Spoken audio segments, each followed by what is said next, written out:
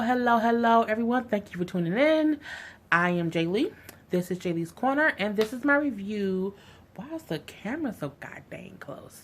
This is the review for Growing Up Hip Hop, Season 3, Episode 7. I don't know what this episode was called, but, whatever. A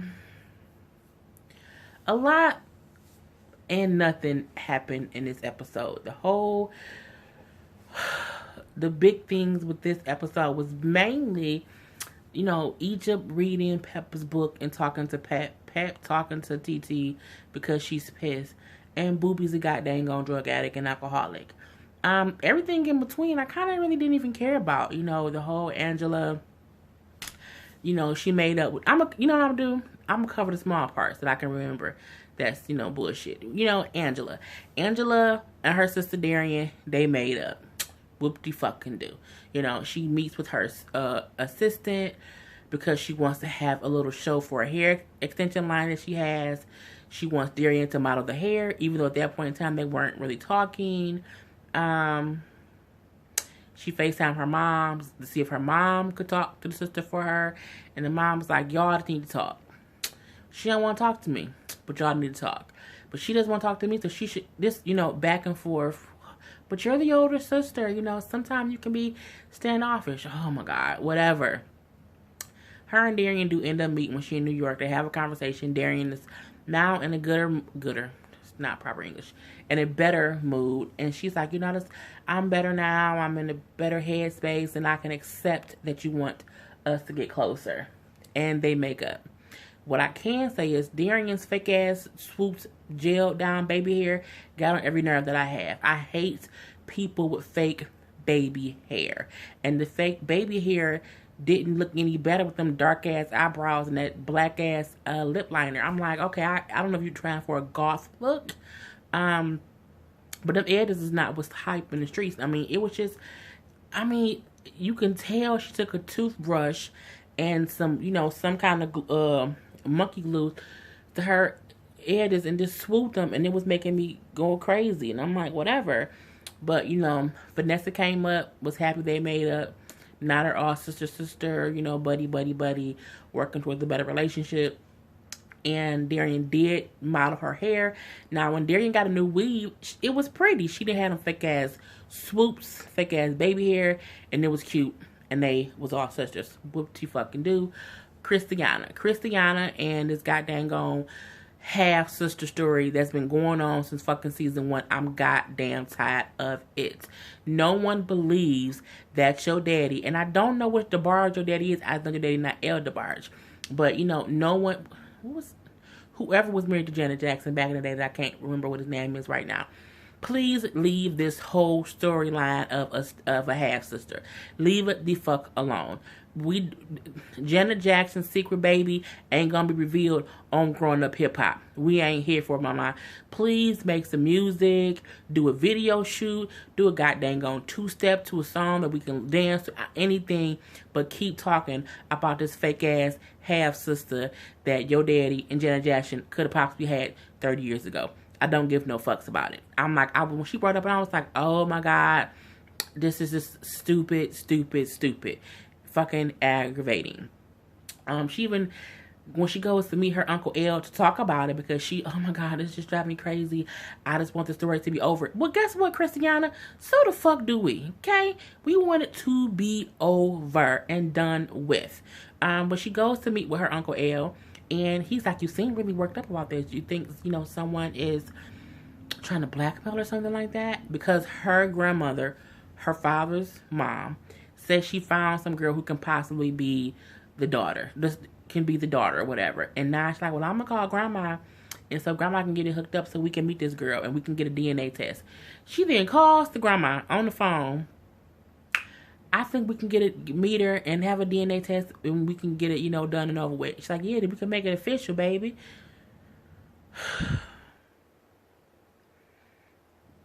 Fuck that damn half sister. I'm really just tired of the story. I would have been tired of the story even if it wasn't a storyline. When it's even in the blogs, I'm like, who the fuck cares? Who cares? Stop it. Okay? God damn it. Ugh. Not Bow Wow. Romeo talking about how he dating now. And he wants to find him a damn Juliet. And he's going on multiple dates. And then they do show him on a plethora of dates. No, they didn't. They showed him with a plethora of women. We're not going to say that there was dates. We know one was a date because you said it was a date with that black thick girl. The other people were just random people he was probably dealing with. They do show him and another girl, and the girl in the robe, and he naked in the shower. So I'm like, okay, you must have just smashed her. That wasn't no goddamn on date. He also said that he's meeting or kicking it with or talking to or getting extra friendly with this model who's white with some really thick ass eyebrows. And, the girl is nosy because when he was getting texts, she was all on the phone. Get the fuck out of here, Romeo, okay? Christiana even suggests, well, maybe you and Angela, because you need to get with a girl who is busy, who also has her own, who will have things to do so she's not just sitting around waiting on you. That's who you need to marry or be with, someone like Angela. And then he like, well, she engaged, so it can't be her. But, I'm out here looking for my Juliet. Okay, well, whatever. So, again, yeah, that was the whole storyline between for Christiana, for Romeo, and for Angela. So, I got that out the way real quick. So, again, the main thing today, honestly, was Egypt and her mama's situation and her daddy's situation and that dang on book that Peppa wrote 8 years ago. And Boogie. Was it Boogie? Boogie. God damn it, I'm getting Boogie confused with Booby from Love and Hip Hop. Boogie, his drug addiction situation, and Brianna being with him. So let's get to those two stories. We can get this over and done with. Thank you. So, this episode starts off with Pep and Egypt talking because Egypt has told Peppa that she read her book. And Peppa is upset. She's pissed off because she didn't want to read it. Pep goes on to say she never wanted to speak bad about her father in front of her and be the one to make her feel some kind of way about her dad and be, to be the kind of parent like, your daddy ain't shit. He used to beat my ass. Your dad, she's like, I never want to be that. So I never badmouthed her father to her. But Pep, you wrote a book. Okay? It doesn't matter if you didn't verbally yourself say to your daughter, your father beat me and he choked me until I couldn't breathe and we had police come to the house and I went to the hospital and got beaten up and blah blah blah blah blah. It don't matter that you didn't say that to her verbatim out of your own mouth. You wrote a book. I mean, when you don't want people to know things, guess what you do? You don't write about them. The things I don't want people to know, I won't say on this channel. Okay? You want to know why? Because I wouldn't want nobody to know. So I wouldn't say it. But no, Pep, what you did, you basically screamed it to the high heavens because you wrote it in the book. So it don't matter if she read it now or later. You wrote it and she was going to find out. You could have easily, if you had other abusive relationships and other things that happened to you, you could have easily left your children's father out of it if you did not want them to know what happened. That's what you could have did. So Pep, Egypt is upset that she didn't tell her. And, she's just saying, I just didn't want to ruin your relationship with your father. I didn't want you to think about him in any kind of way. I also didn't want you to look at me in any kind of way for what I had been through. So that's why I didn't tell you. But you wrote a goddamn book.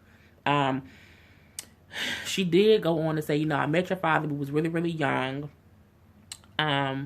We were in love for years. We were really, really in love. You were like, he was Mr. OPP, and I loved OPP. You was actually a product of OPP. Don't tell your daughter that she was a goddamn product of other people's property, or as the song really meant, other people's pussy. That's what OPP meant, okay? But P meant for many things, but basically you're either property or pussy. Don't tell that girl that's what she a product of.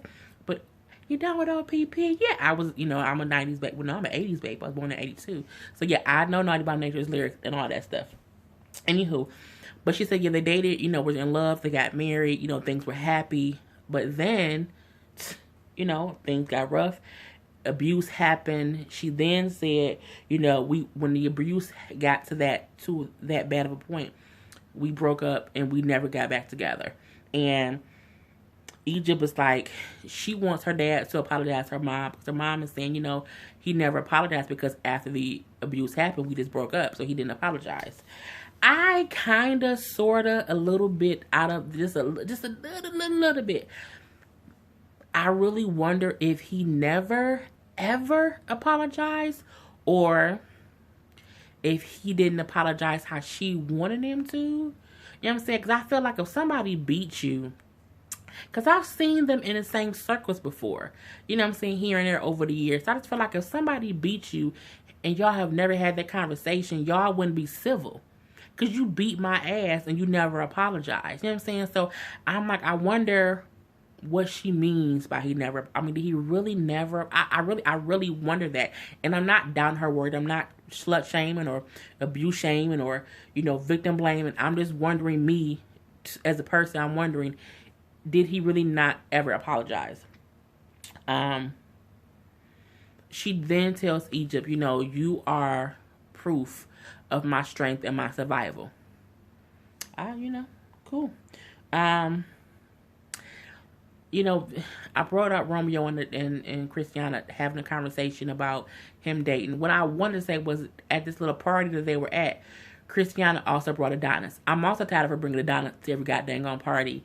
I just don't. You keep bringing your producer to all these parties, but y'all ain't producing no music. What y'all doing? Okay? If I see Puffy and Mary J. Blige at every damn party together and they not having sex, I better get a bomb-ass album within the next 2, 3, 4, 5 months, okay? If I see Jay-Z hanging out with Alicia Keys at a club every day in 2 weeks, they better come out with a bomb-ass collaboration. When you see people together and they say, oh, no, we work together.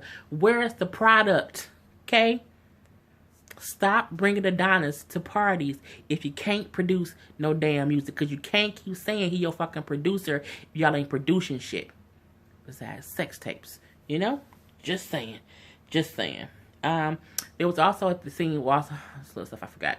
Romeo, when Christiana said Angela's the kind of girl that you should marry or talk to, Romeo then did say, if Angela wanted a baby, she could have told me that. I would have gave her a few babies. Yeah, whatever. What else? Boogie and Brianna. They meet up, and Boogie is saying how he, his father is upset because of this, 10 to 15,000. It's going to cost him for the DUI case. So, of course, he put him out. Brianna's come to visit him at Romeo's house. He's like, oh, you got put out? He like, yeah. He's like, oh, you staying here now? He like, yeah. I have to go to AA meetings per my lawyer's suggestion. And she was like, oh, okay, you know what? I'll support you. I'll go with you. She said that she can feel Boogie because she's also going through stuff. Really, Brianna? Are you? She goes, and the reason I say, are you really? Because she then goes to say, because I got stalkers and these mean girls who are icing me out for stuff I don't even want to go to. If that's your biggest concern, you not going through the same things that he going through. He going through alcohol and drug addiction. You is just a bitch and you offend people and they don't want to fuck with you. And your daddy married Mary J. Blige and then cheated on her, and now he wants $300,000 a month to pay for y'all. So you ain't going through the same things he going through at all. She does say, how she will go into the class. He's saying, I think if we go, it'll help us. She thought he said it'll help her or it'll help you. And she kind of got to feel like, what you mean it's going to help me? I know I have issues, but, we talking about you. He like, no, I said it can help us. And, I said we. She's like, oh, okay. We then see Boogie don't even show up for the goddamn AA meeting. Brianna's there. The other alcoholics people are there as well. No Boogie. So Angela, Brianna's there, and she's texting him, and he ain't there, and he ain't, he wasn't there yet. So they then show how the meeting starts, and people are giving their, they're showing like little snippets of their testimonies of what they're going through and what drug stuff they went through, or whatever. They then get to Brianna, and they're like, okay, what's your story? And she's like, oh, I'm Brianna, but I'm not in recovery. I'm here to support someone else, but they're not here. In her confession, she then goes on to say, you know, that she grew up panhandling, smoking cigarettes, and smoking dope. And, you know, because of that, she kind of lost her childhood. You know, how she's not here to deal with her own bullshit. She's here to deal with Boogie's bullshit if he just ever show the fuck up. Boogie does come an hour late. Now, I've never been to that kind of meeting, in that type of setting. So I'm like, are they all longer than an hour? Like, do they go for like a long amount of time? Because he was an hour late and people were still there. So, he gets there and he's like, you know, who's the mediator, who's the whatever. He does look a little out of sorts, and he's like, say like, you know, what's your story? He's like, you know, I got arrested for a DUI. He's like, but you know, all I'm trying to, and he looked high. You know, all I'm trying to do is, you know, make money doing what I love, and that's being a DJ. But it's hard because when you're a DJ in clubs, drugs and alcohol is everywhere and it's rampant and it's easy to get. And Brianna, in her confession, saying he's high. You know, I know what a high person looks like. You know, he's high. I can't believe he came to a AA meeting high. You know, I thought he only had an alcohol problem. She was like, no, that's a drug problem. You know, I know what it looks like. She then asked him, how long have you been sober? They didn't show what his response was. She then said, you know, are you high right now? Are you on pills? And, you know, it was crazy because she was like, you know, your speech is delayed. You know, are you not on pills? And in his confessional, he's like, I don't see why she's so upset.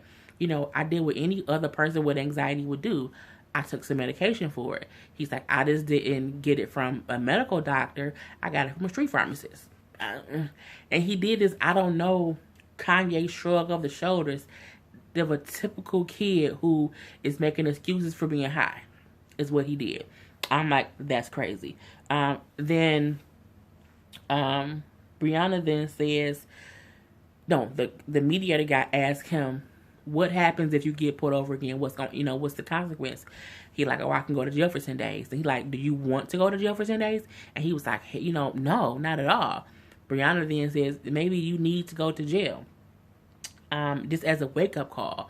In her confession, she's saying, you know, I had a hard life.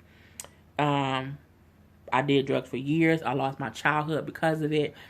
And she's saying in her confessional, and to him a little bit too, he needs jail to wake up, because if he was any other black man whose parents weren't famous and in the industry, and he was out here drinking and drugging and DUIing, his consequences would not be a slap on the wrist. It'd be worse, or it could be deadly, which is true. If you get a DUI on a regular day and you can't afford a lawyer, you're going to jail. They're taking your license. It's gonna be all, you're gonna have to pay tons and tons of fines. It's different. But he is a rich kid. His father's Damon Dad. So when the first DUI happened, his dad got him out of it. Got him a good lawyer, and that's good. Now it's the second DUI, and he's still trying to get out of it and won't admit that he has a alcohol and drug problem.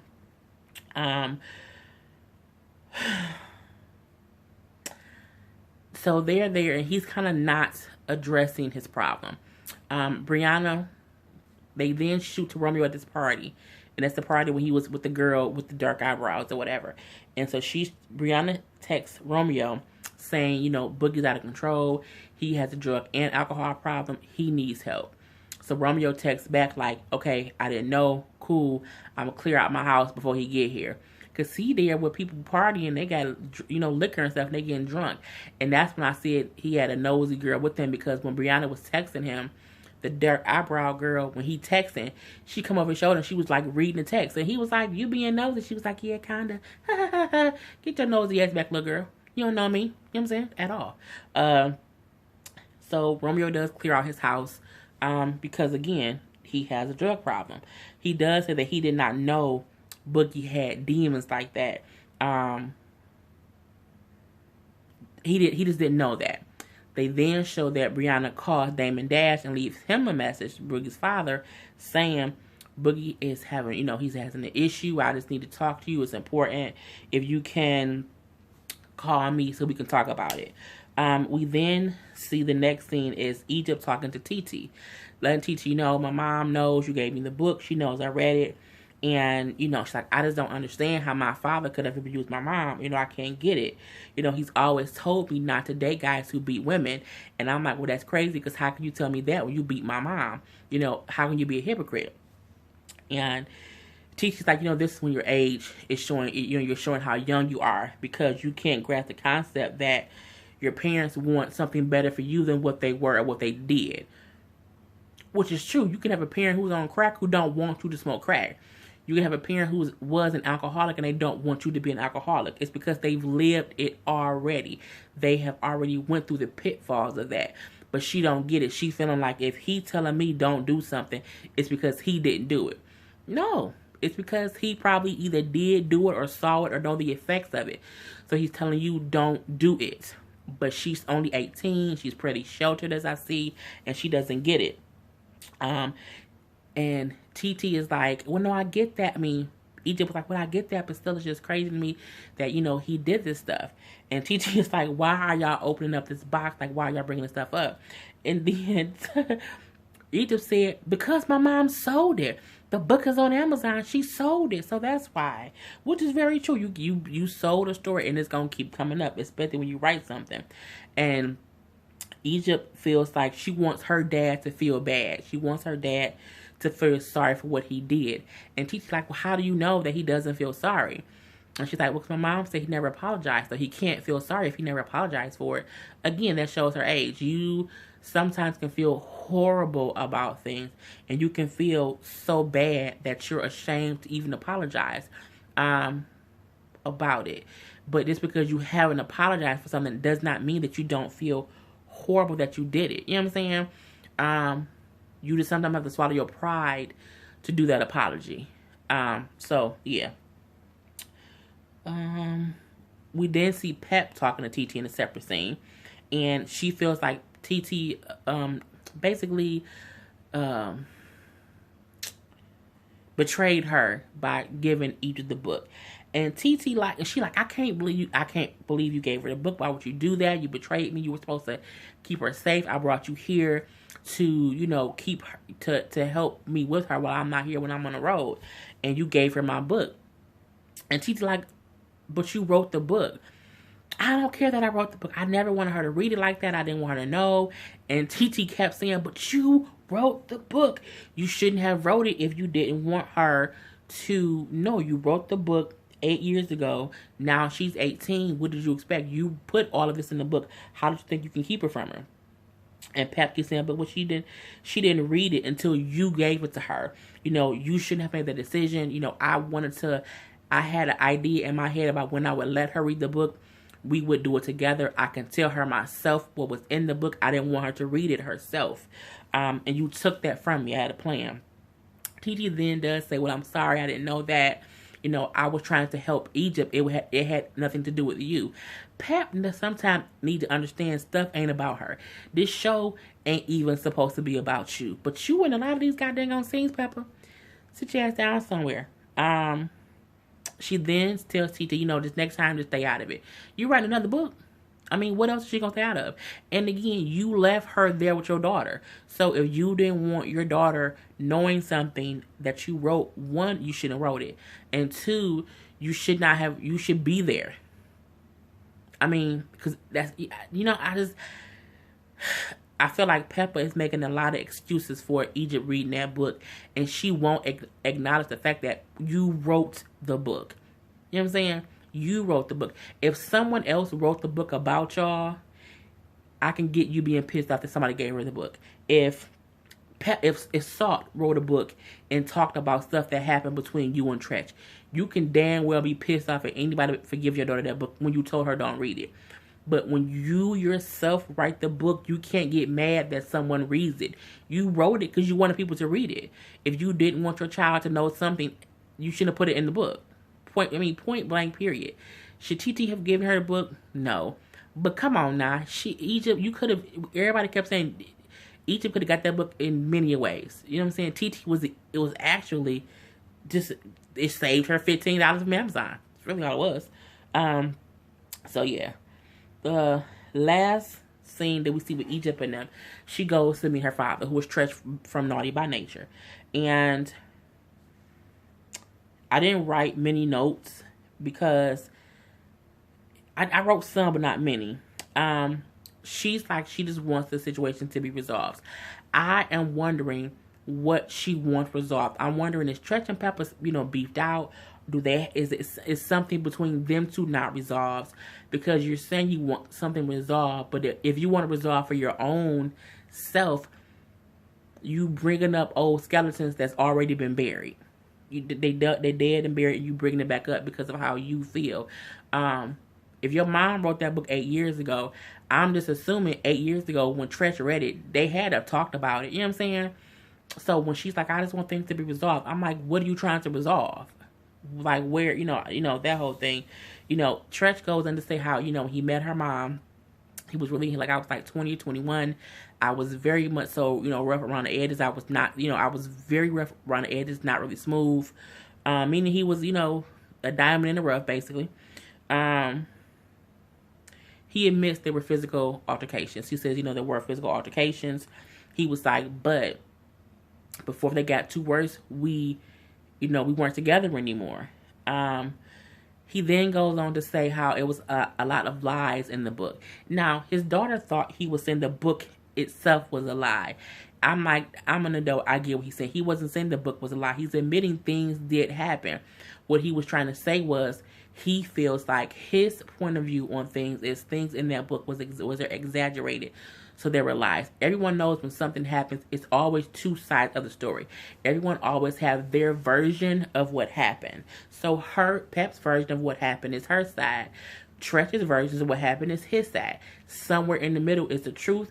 So they're both going to say the other one has lies. Just solely based on they have two different accounts on how things happen. And again, this is 25 years ago.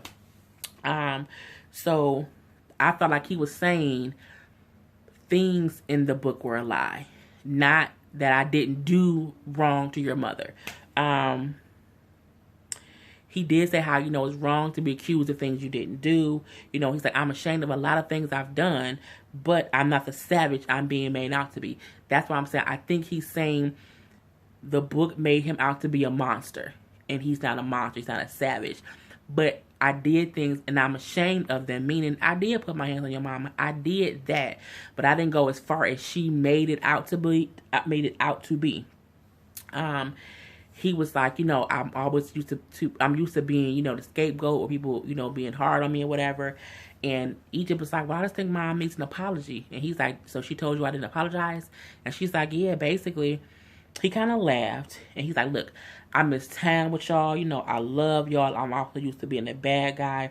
Being on the road so much took me away from y'all. I missed having y'all in my life. And he started crying. He was emotional. He like, I'm not an angel, but I'm not a demon, and her book demonized me. And I didn't read the book at all.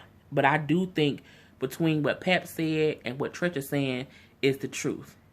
I think she did endure abuse. Absolutely. But even he said, your mom was never in a hospital. The cops never came to her house. It was never that bad. Again, he's not denying that he did it. He's just saying it wasn't as bad as she made it out to be. But again, that's why I say people have two truths. It doesn't even mean one person is lying. It means in their head they think a guy can punch a girl in the face and she can be like, he punched me 5 times in my face, and it could have been one punch. But to her, it felt like 5 punches. To him, or it could be, he could have hit her 5 times, but he can remember only swinging once. You know what I'm saying? It depends on how each person can remember what happened. But they're both saying something happened. He's saying he's ashamed of it. It was wrong.